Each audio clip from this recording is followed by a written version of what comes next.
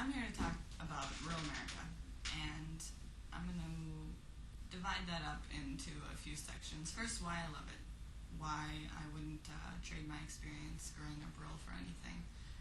Second, some of the issues that are facing me as a rural youth, what I've had to do with my life because of my background, and third, there's there's positives and negatives to it, and some of those complement each other, and some of those don't for the future of rural America. So we'll take a look at that too. I remember growing up and taking long walks with my dad along the prairie on the Coteau Ridge out in South Dakota on the Minnesota border. And it was just amazing to me to imagine the landscape over the last, few decades, how it's changed, what we see now versus 50 years ago even. And to be a part of that was, I think, a valuable experience. It taught me a lot of things that I compare myself to a lot of my city friends, and it's different. I think about things differently. I value different things. I think I have a much more holistic picture of who we are today. I understand the connections that everybody has to each other, and part of that may be other experiences I've had, but I think in large part it was rural America and what it taught me, just the feeling of community that exists out there versus in city living, or the feeling of knowing where your food comes from, or understanding the wonderful and amazing process that farming is to go through to try and provide for the rest of the country and the rest of the world. That to me is something that is so much more respectable than any other occupation. So that's why I love it. And I wish I could be back there right now, but unfortunately what I would love to do doesn't seem realistic for me because, well, a dream of mine would to be starting up an organic farm with my dad. Have a few acres to ourselves, have a small CSA even, or just be even self-sustaining. But unfortunately, I don't, because generation ago they stopped farming in my family. I don't have the knowledge or the land or the startup costs to do that or pursue it. And I went the normal route. I went to college, and then now I'm living in St. Paul, and that's great. I enjoy it and I love it, but at the same time, it would be amazing to be able to pursue my dream of going back to rural Midwest and, farming. And I can't because it's too scary for me to do that. I don't have, a program or a certain type of loan or a grant or anything that has made itself visible to me to take that big of a risk and do it. Another issue facing rural America, especially rural youth, is opportunity. It kind of goes hand in hand with the farming, but in a little bit of reverse.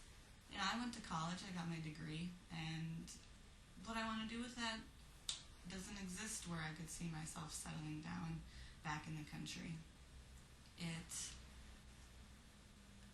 is very disappointing that exists because rural America, growing up there and pursuing your lifestyle and your career there is a wonderful opportunity, but I don't find any types of work that could support my lifestyle back there or support my drive for what I want to accomplish as my own goals. Another thing is relationships. Me, I'm at a stage in my life where I'm, at that age where I'm meeting other people. I have a significant other, and I would like to be as supportive of their goals as they are of me. And usually combining those two means living in the city or living in a more urban area or in the suburbs or someplace where, the issues of like transportation or things to do or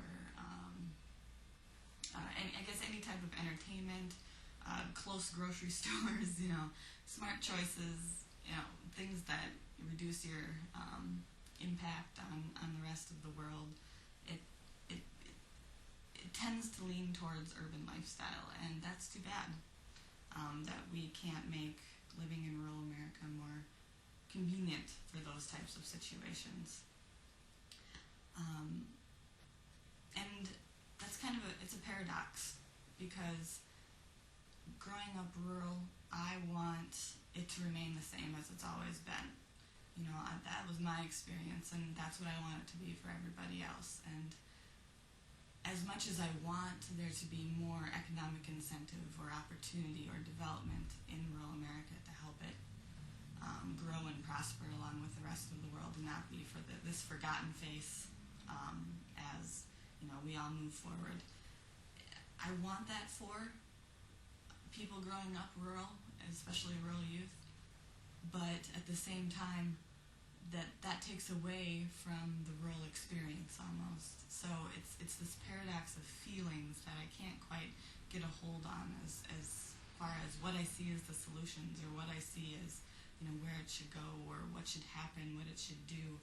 And that's something I've got to work out as I begin to learn more about rural issues and the difference in what kids are facing today growing up rural versus when I grew up rural. And that's only, 20 years. I'm not that old yet, but the experiences are certainly different for kids growing up nowadays.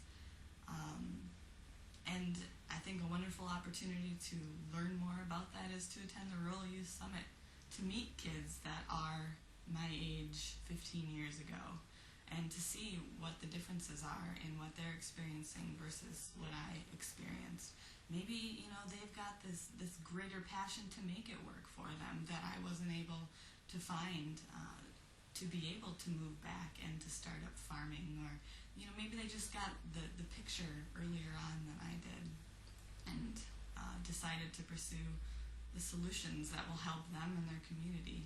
And I think to get back on board with that and to meet everyone that's pursuing things like that, that would be an amazing opportunity. So the Rural Youth Summit is something that everybody should go to, even if you're urban. Is there anything?